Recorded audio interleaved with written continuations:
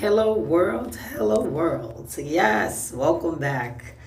Wow, just 9 months ago, I was talking about this migrant crisis and how we was during that period did not know who the next running president would be.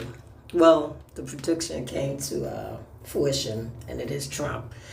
And hopefully, I guess everybody is hoping that he would be the Caesar or the president that would take charge of these illegal migrants. Well, just last night, I visited the Rockefeller Center, and as you can see, the tree is not yet lit.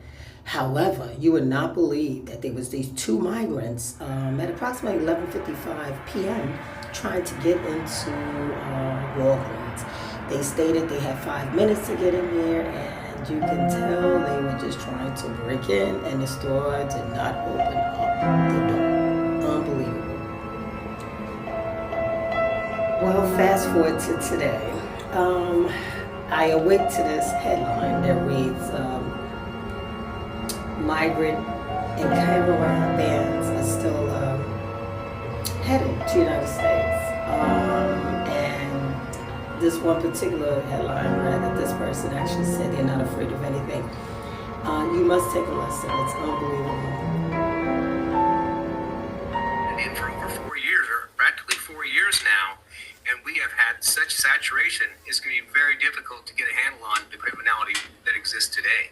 And Charles, there's another caravan on the way now, about 1,500 or more strong. It is the sixth caravan that's departed Tapachula in southern Mexico since the new Mexican president, Claudia Sheinbaum, took office at the beginning of October. And one of the migrants in this caravan said he's not afraid of the incoming Trump administration. Listen here. I watched an interview where Trump said there will be a deportation of anyone who committed a crime from any country. But for an immigrant who hasn't committed any crime, there won't be a deportation. So I'm not afraid of anything. Whatever happens, the dream is the American dream, and to be there.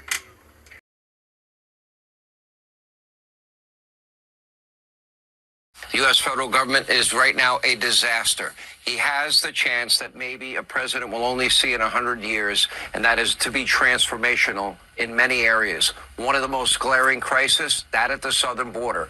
The sheer amount of human suffering caused by Kamala's dereliction of duty is immeasurable. Record fentanyl deaths from drugs pouring across the countries, murderers, rapists, cartels, gang members, terrorists, all these crimes perpetrated by their unvetted illegals that they allowed in, aided and abetted in the process. In Northern Virginia, an illegal immigrant from Honduras just arrested for allegedly raping a woman on a hiking trail just says, after he was released from jail for a prior sex crime. Explain that to me. Violent South American gangs are popping up in cities and towns all across the U.S., including in New York, where one Venezuelan gang is now reportedly recruiting young boys and girls.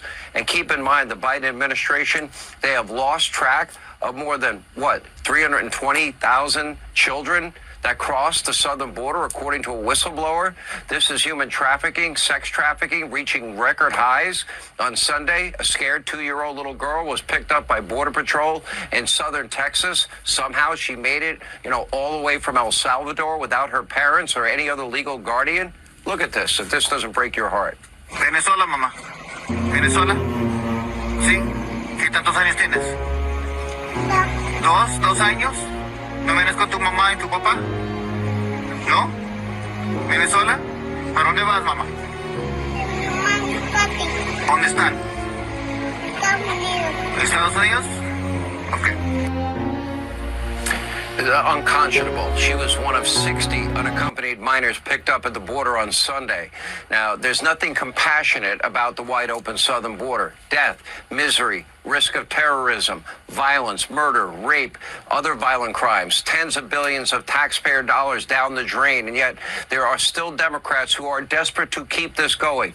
Listen to Denver's idiotic mayor, Mike Johnston. Take a listen. Trump's new border czar, Tom Homan, has said that he is willing to arrest leaders like yourself for standing in the way of these policies that they want to enact. Would you be willing to go to jail for these things? Yeah, I'm not afraid of that. And I'm also not seeking that. It is time to restore common sense, sanity across the country, put an end to this needless suffering. Better yet, since the mayor of the Denver, Colorado, is willing to go to jail for illegal migrants, then maybe he should have his state become a sanctuary state. Please comment. And again, this commentary is being done for nothing other than parity, constructive criticism purposes only, and nothing further.